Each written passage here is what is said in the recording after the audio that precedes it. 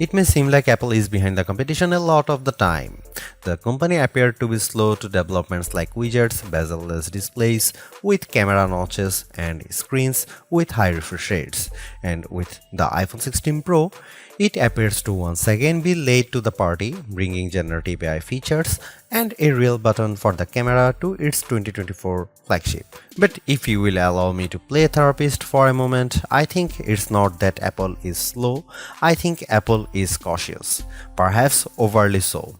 Caution on its own isn't a bad trait, in fact, it could be considered thoughtful rather than rushed to the cutting edge with its peers. Apple delivers, usually finding a slightly different approach that is often an improvement on what's out there. Just look at the Vision Pro headset or Apple Silicon, or even the iPod, the iPad, and the AirPods, which were far from the first of their kind when they launched. With the iPhone 16 Pro, the focus is on cameras and Apple Intelligence. The problem is Apple Intelligence isn't quite here yet. We can test some features in the developer beta that's currently available, but that's not necessarily the same as the experience the public will get when the update rolls out in October.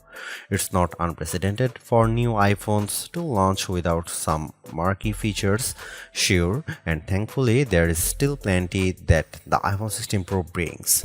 From camera control, the Fusion camera, and other video related updates to slightly bigger displays and iOS 18, the iPhone 16 Pro and Pro Max are intriguing successors, even absent the wanted intelligence features that are still to come.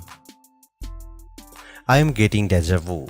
Looking back at my review of the iPhone 15 Pro, I see a picture of that phone and its predecessor lined up by side to show just how much thinner the bezels are.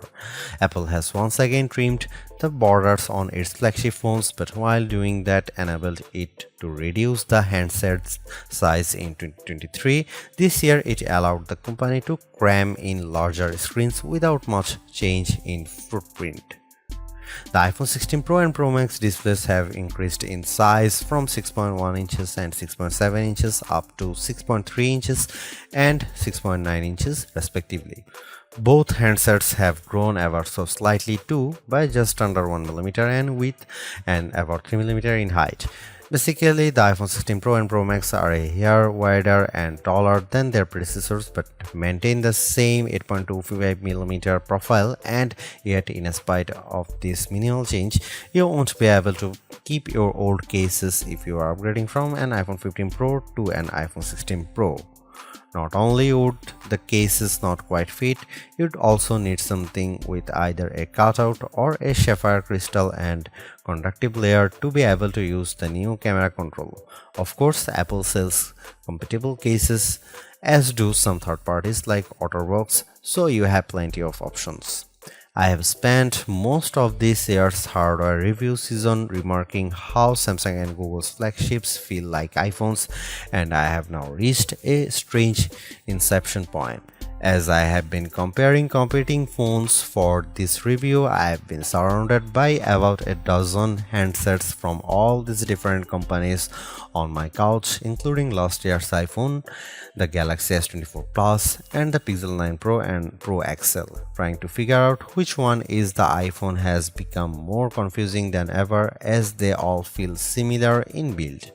The best way to verify at a glance is looking at the camera arrays or my wallpaper. All that is to say that the iPhone 16 Pro feels similar to its predecessors, which is what these other companies have been attempting to emulate. Apple would be right to feel flattered by this imitation, and yet I have to wonder if it's time to do something different. Google's Pixel 9 Pro is actually a whole 6 grams lighter than the iPhone 16 Pro at 221 grams, and I'm absolutely smitten by its rich pink hue and shiny edges. Though I like the new golden desert color for the iPhone 16 Pro, I do wish Apple's premium flagship had more fun and vibrant exteriors. That said, I do love the base iPhone 16 in pink, teal, and ultramarine. Depending on your mood, the new photographic styles can be fun or serious. Apple's tweaked the built-in camera filters to not only offer more options but give you greater control. Due to how the company has refined its processing each year, there is also an improved depth map captured when it detects a face in the scene. This, combined with a greater focus on color science around skin tone, has led to what might be my favorite new iPhone 16 feature. Whether I shot them in portrait mode or not, photos of people what I took using the iPhone 16 Pro were a dream to edit. Simply switching between the standard, natural, luminous, quiet or ethereal styles already resulted in improvements to be colors and shadows, but I could also tap on each thumbnail to access the new editing touchpad and drag a dot around. This let me more precisely tweak the hues and contrast levels, and an additional slider below let me adjust how warm the image was.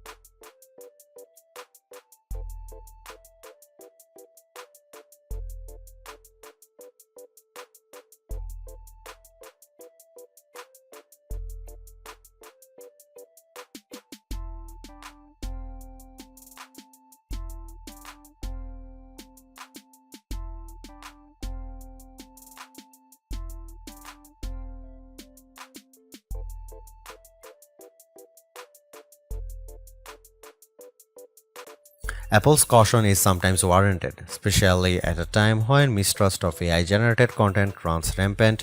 The company taking its time to get Apple intelligence right is understandable, but its deliberation doesn't always lead to winners. While I appreciate the attempt to differentiate camera control with the touch sensor for more versatility, I am not yet convinced on its usefulness. The good news is, and I cannot stress this enough, you have the option to tune it to your liking, and that's the theme I'm seeing in recent Apple features that hint at more thoughtfulness than usual. If you don't like something or if something isn't right for your needs, you can adjust or disable it. In iOS 18, you have greater control over your home screen's app layout and can pin custom collections for easier reach. In the Photos app, the action button introduced last year could have been a spectacular fail had Apple not let you still keep it as a mute switch, but it managed to give people more functionality while maintaining the status quo for those who are just as resistant to change. Change is scary, change is hard, but without change there is no progress. Apple's cautious approach is a tricky balancing act that's evident on the iPhone 16 Pro. Some new features like audio mix and custom routes in maps delivers mixed results, otherwise like photography styles are hits. Then there are the basic ingredients like good battery life and durable, attractive designs that Apple cannot neglect. The iPhone 16 Pro's subpar battery life holds it back from beating the competition, which is stiffer than ever this year, especially from Google. Luckily for Apple, most people who have iPhones are going to stick with iPhones. It's just easier. For those already sucked into the ecosystem, the iPhone 16 Pro are worth the upgrade from a model that's at least 2 years old. If you already have an iPhone 15 Pro, for the sake of our planet and your wallet, you might prefer to hold off on upgrading, especially since this year's devices aren't that much different.